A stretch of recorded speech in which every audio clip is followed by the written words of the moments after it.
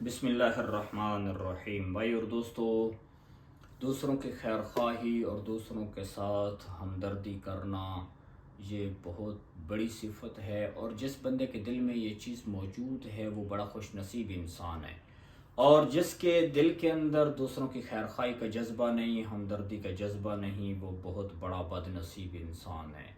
آئیے ہم اللہ کے نبی کے فرمان کو دیکھتے ہیں۔ اللہ کے نبی نے فرمایا من یحرم الرفق فقد حرم الخیر کلہ، کہ جو دل کی نرمی سے محروم کر دیا گیا وہ ہر قسم کی خیر سے محروم کر دیا گیا۔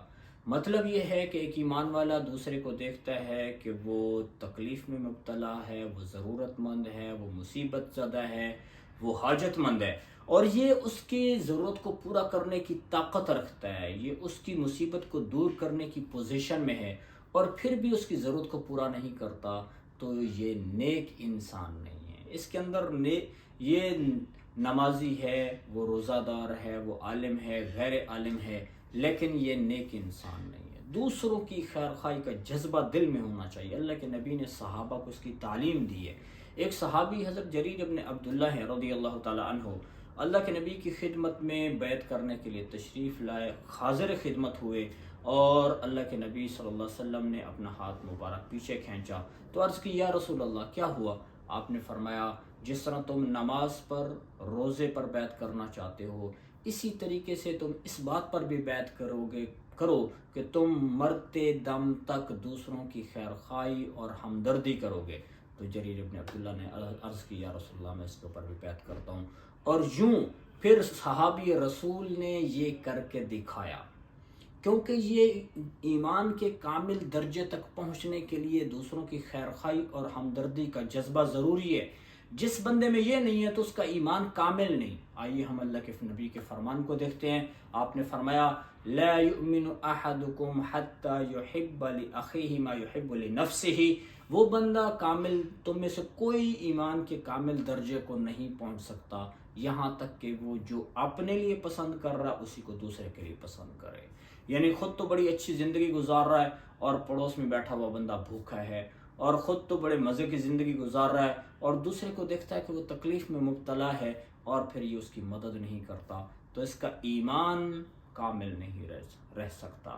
اور جریر ابن عبداللہ رضی اللہ تعالیٰ عنہ، صحابہ کرام رضوان اللہ علیہم اجمعین، پوری جماعت اس طرح سے ہے کہ انہوں نے جس بات کے اوپر بیعت کی پھر پورا اتر کر دکھایا۔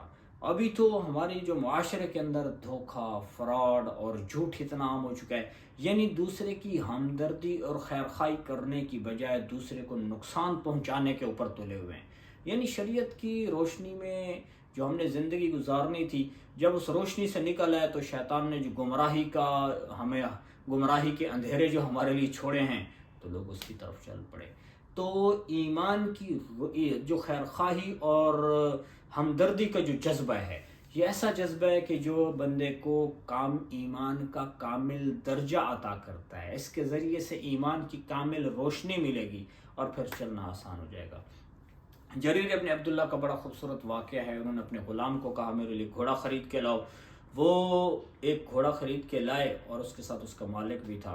تو حضرت جریر نے دیکھا کہ گھوڑا بہت خوبصورت ہے، بڑا قیمتی اور نفیس گھوڑا ہے، تو انہوں نے پوچھا کہ اس کی کیا قیمت ہے؟ انہوں نے کہا کہ جس کی قیمت 300 درہم میں میں نے خریدا ہے۔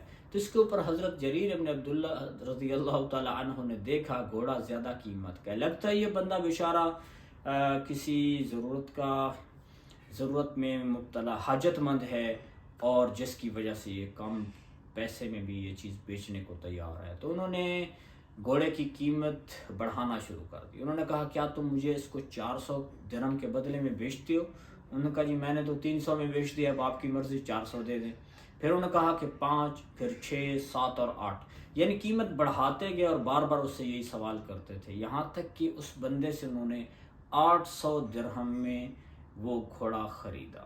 تو اب ہم خود اس کو اندازہ لگا سکتے ہیں کہ صحابہ کرام رضوان اللہ علیہم اجمعین کی زندگی کتنے خوبصورت، دوسروں کے یعنی خیر خواہی اور ہمدردی سے بھری ہوئی ان کی زندگی، اور ان کے دلوں کے اندر کیسا جذبہ موجود ہے۔ اور اس کو آج ڈھونڈو تو ہمارے اچھے نیک مسلمانوں میں یہ چیز نہیں پائی جاتی۔ ایک دکاندار بیٹھا ہوا چیز کو بیچتا ہے تو بڑے فراڈ کے ساتھ قسمیں اٹھا کے چیز کو بیچ دے گا، یعنی دوسرے کا نقصان ہو جائے، اپنا بھلا ہونا چاہیے۔ تو اس لیے ہر ایمان والے کے دل میں یہ جذبہ ہونا چاہیے کہ ہم دوسروں کی خیر خواہی کریں، دوسروں کے ساتھ ہمدردی